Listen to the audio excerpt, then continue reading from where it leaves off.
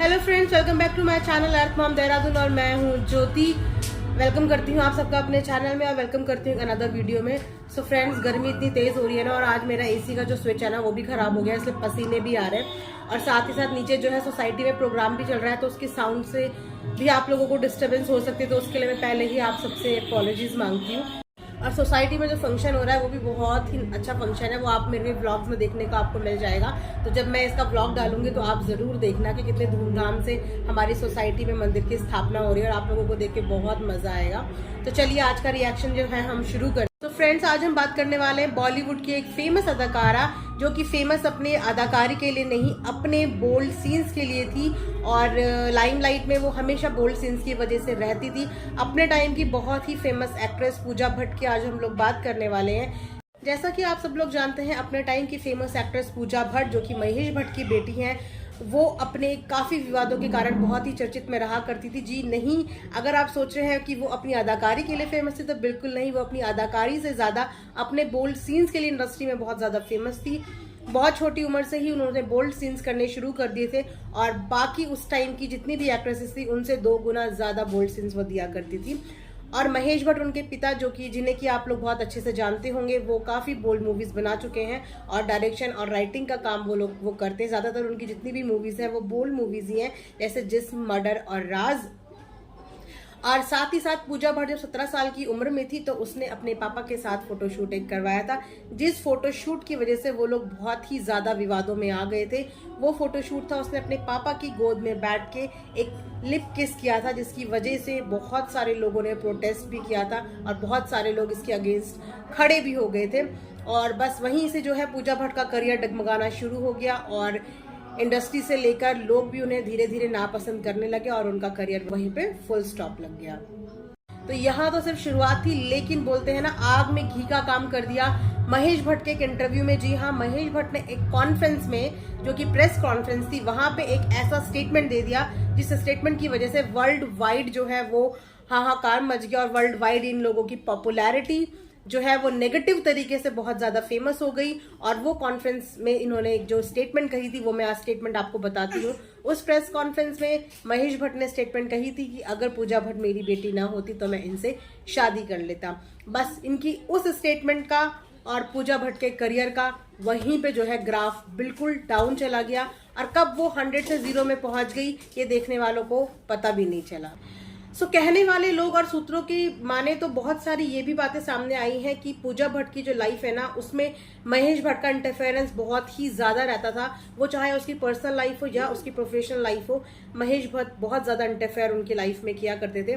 इसीलिए अगर आप लोग देखेंगे तो पूजा भट्ट की 90% मूवीज जो हैं वो महेश भट्ट के डायरेक्शन में ही बनी हुई है, या तो महेश भट्ट के बैनर में ही बनी हुई है। उन्होंने अदर्स मूवी बहुत ज्यादा कम की है।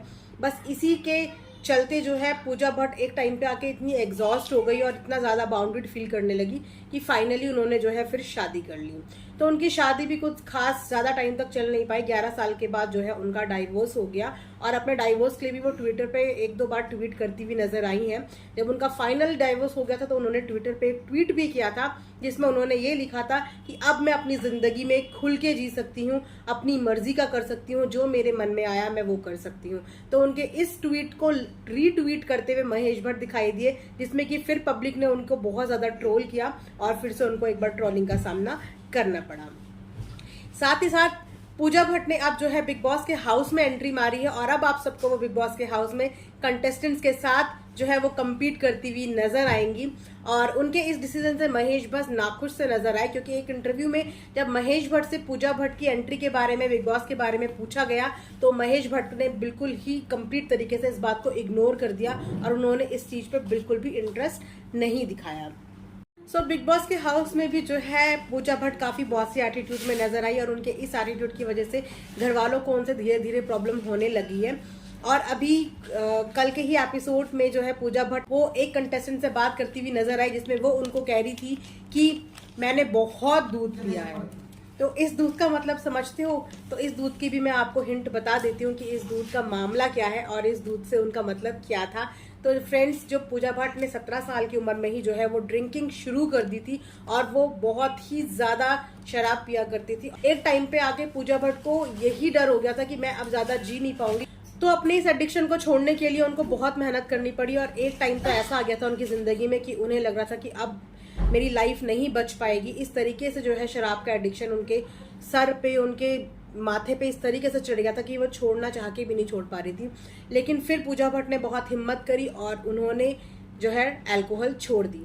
तो आज वो बिग बॉस के हाउस में कंटेस्टेंट से यही बात करती हुई नजर आई कि मुझे ड्रिंक छोड़े हुए, मुझे शराब छोड़े हुए 5 साल हो चुके हैं और मैं जानती हूँ कि मैंने किस तरीके से इस चीज़ को छोड़ा है।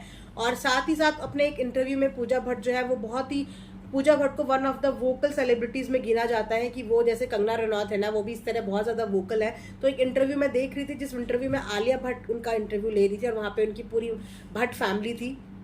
और वहाँ पे जब इनसे सेलिब्रिटीज़ के बारे में पूछा गया तो जो पूजा भट्ट है उन्होंने मुंह फट करके कहा कि बॉलीवुड में सब लोग फेक हैं, फेक सेलिब्रिटीज़ हैं। जो ये लोग हैं वो लोग ये कभी दिखाते नहीं हैं और जो ये लोग नहीं हैं वो ये लोग हमेशा दिखाने की कोशिश करते हैं। तो बॉलीवुड के सभी सेलिब्रिटीज़ को पूजा भट्ट ने अपने बेवक अंदाज में एकदम से बोल दिया। तो ये थी पूजा भट्ट की एक छोटी सी कहानी, मेरी जुबानी। और अगर आप लोगों को और भी बॉलीवुड के सेलिब्रिटीज़ की अनसीन अनटोल्ड स्टोरीज सुननी है तो प्लीज़ मुझे कमेंट सेक्शन में बताइएगा। और साथ ही साथ ये भी बताइएगा कि आपके फेवरेट टीवी या बॉलीवुड एक्टर कौन से हैं, तो हम उनके बारे में स्टोरीज ज़रूर लेके आएंगे। तो जो चैनल में न्यू है प्लीज़ चैनल को सब्सक्राइब करना बिल्कुल मत भूलिए, साथ ही बेल आइकन ज़रूर कीजिए ताकि मेरे आने वाली हर वीडियो का नोटिफिकेशन आपको सबसे पहले मिल जाए। तो चलते हैं, दुआओं में याद रखिए, अपना ध्यान रखिए। जय माता की।